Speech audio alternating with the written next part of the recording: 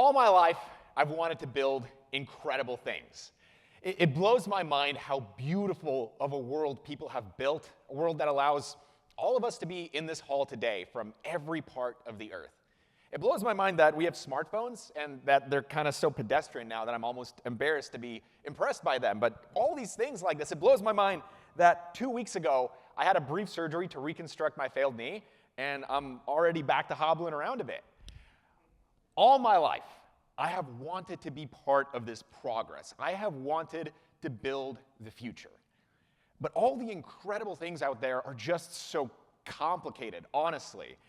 I remember being a kid, watching the iPhone keynote when it was first released, and thinking, how do you even invent the smartphone? There's just so much inside there. I wanted to be like Jobs or Salk or Bezos, people who've changed the lives of billions.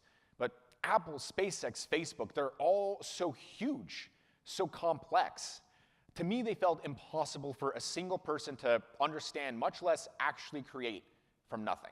When I visited Duke as a high school senior, I met some people here doing a little bit of that impossible. The startup founders of the Cube student living group, people just a year or two older than me, were actually working on startups. Small startups with customers in the dozens, but these founders were on the first steps of a path that I'd been seeking all my life. These students, some of them peers, some of them mentors, taught me that the first step to do the impossible, to start from nothing, is to simply try. So when I got to Duke, I started trying. In the winter of my freshman year, 2 dorm mates and I began prototyping a DJ lighting system, the Mantis Head Turner. It was going to be the best DJ lighting system. It was going to instantly take over the global market until we realized that there might not be a market, and if there is, we have no idea how to get to that market, and we shut the project down. So we'd failed, but all around me, the other Cube founders were doing the same. This community was showing me that this was normal. This was how creation began. Mantis ended because I didn't see the path from prototype to a real product that people would actually buy. I couldn't see how to make something huge, something that would reach millions.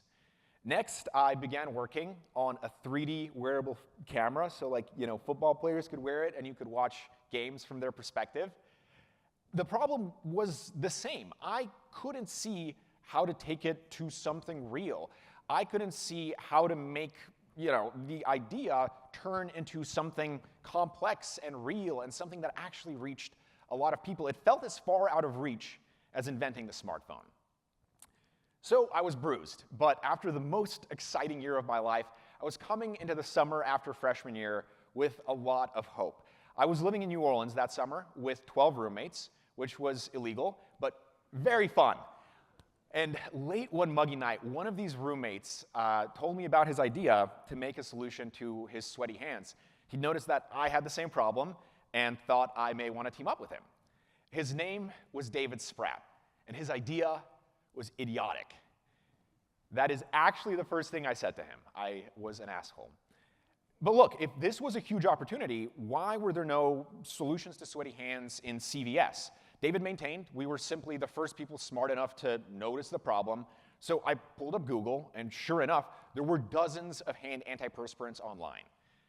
But when we saw those Google results, we got excited, because not a single one of those products was rated more than 2 stars.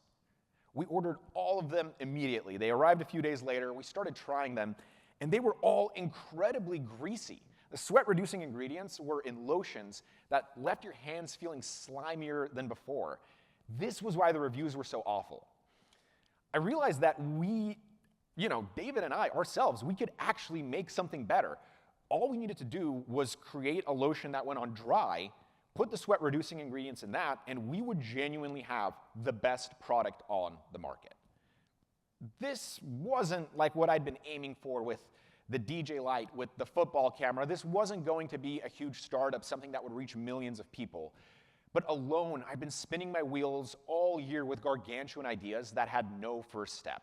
And after just a week of arguing with David, we were working on something we actually had a shot at making. Between the two of us, we saw more of the path than I'd ever seen alone. The first step of what soon became Carpe was that David saw a solution to a problem. When I joined him, I saw how we could make the best solution on the market. Alone, neither of us had seen the next step, but together, we had found the trail, and we set off. That was the beginning of a very long journey. We would have come to the end of that trail very quickly if we hadn't met people who saw further down the path than we did. Our chemist friend Chris helped with prototypes. Dr. Patel was dermatologist. This team of German PhDs we got connected with helped solve our product residue.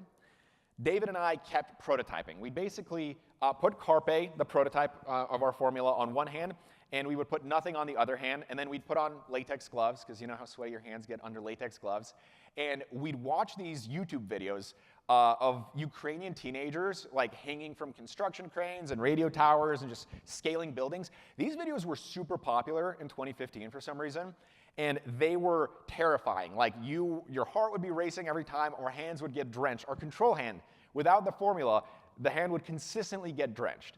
But with every new prototype, the Carpe hand was less and less sweaty. And after 60 prototypes, we had a really good formula. But we were stuck. We didn't know how to sell the product. We didn't see the next step on the path. One afternoon, David and I drove to downtown Durham to meet with Ben, Jay, and Chris, 3 serial entrepreneurs whom we wanted to ask for advice on launching a Kickstarter. Instead, they showed us how many people were searching for sweaty hand solutions on Amazon, told us they wanted to invest, and explained exactly what we needed to do to start selling that summer. They agreed that the market was maybe tens of thousands of users per year, and that's if we executed well. But we knew that with their help, we were going to execute well.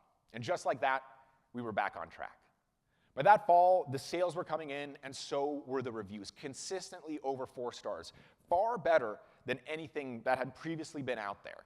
And we learned that we'd been wrong about who a lot of the customer was. We thought it was just going to be, nervous teenagers with sweaty palms going on first dates or young consultants giving their first handshakes. But a huge portion of our most excited customers were people with hyperhidrosis or chronic excessive sweating. And not just the hands, but the feet, the face, the groin even. This community told us that we needed to expand to other body parts, and they started telling their dermatologists about Carpe. It was dermatologists who approached David and me at the American Academy of Dermatology 2 years later and laid out the next 100 miles of our path. These dermatologists told us that they'd been recommending Carpe. At the time, it was just the hand formula. They'd been recommending it not just for the hands, but also for sweaty underarms. This was shocking. There were so many underarm antiperspirants out there, but the dermatologists insisted that Carpe worked better than any of them.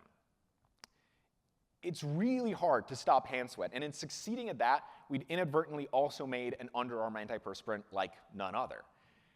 This was the moment Carpe became something neither David nor I could have imagined during that muggy New Orleans summer. As Carpe underarm sales took off, we realized that thanks to the people around us, we were on a path that we could not have possibly seen when we were getting started. Since then, the growth of Carpe has continued to accelerate. David and I have tried our best to stay on course, but every rise in that course has come from someone different. Either the brilliant team we have at our office here in Durham, or the dermatologists we continue to work with, or most commonly, the people who use our products every single day.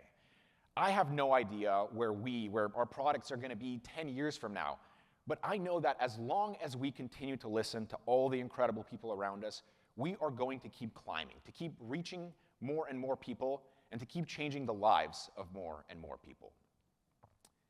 Everyone here is on a similar journey. Whenever you transcend rote work, whenever you do something no one instructed you to do, you are creating.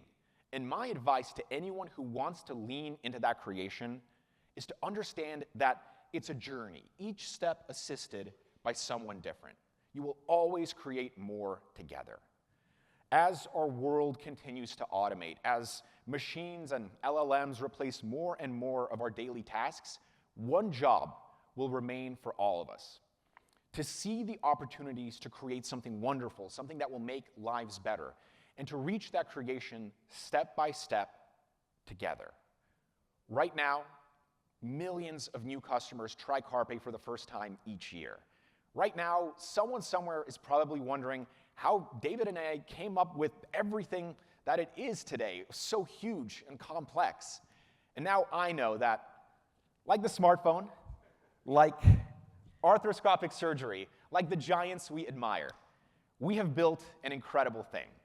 Not all at once, but step by step. And not alone, but together with so many incredible people. Thank you.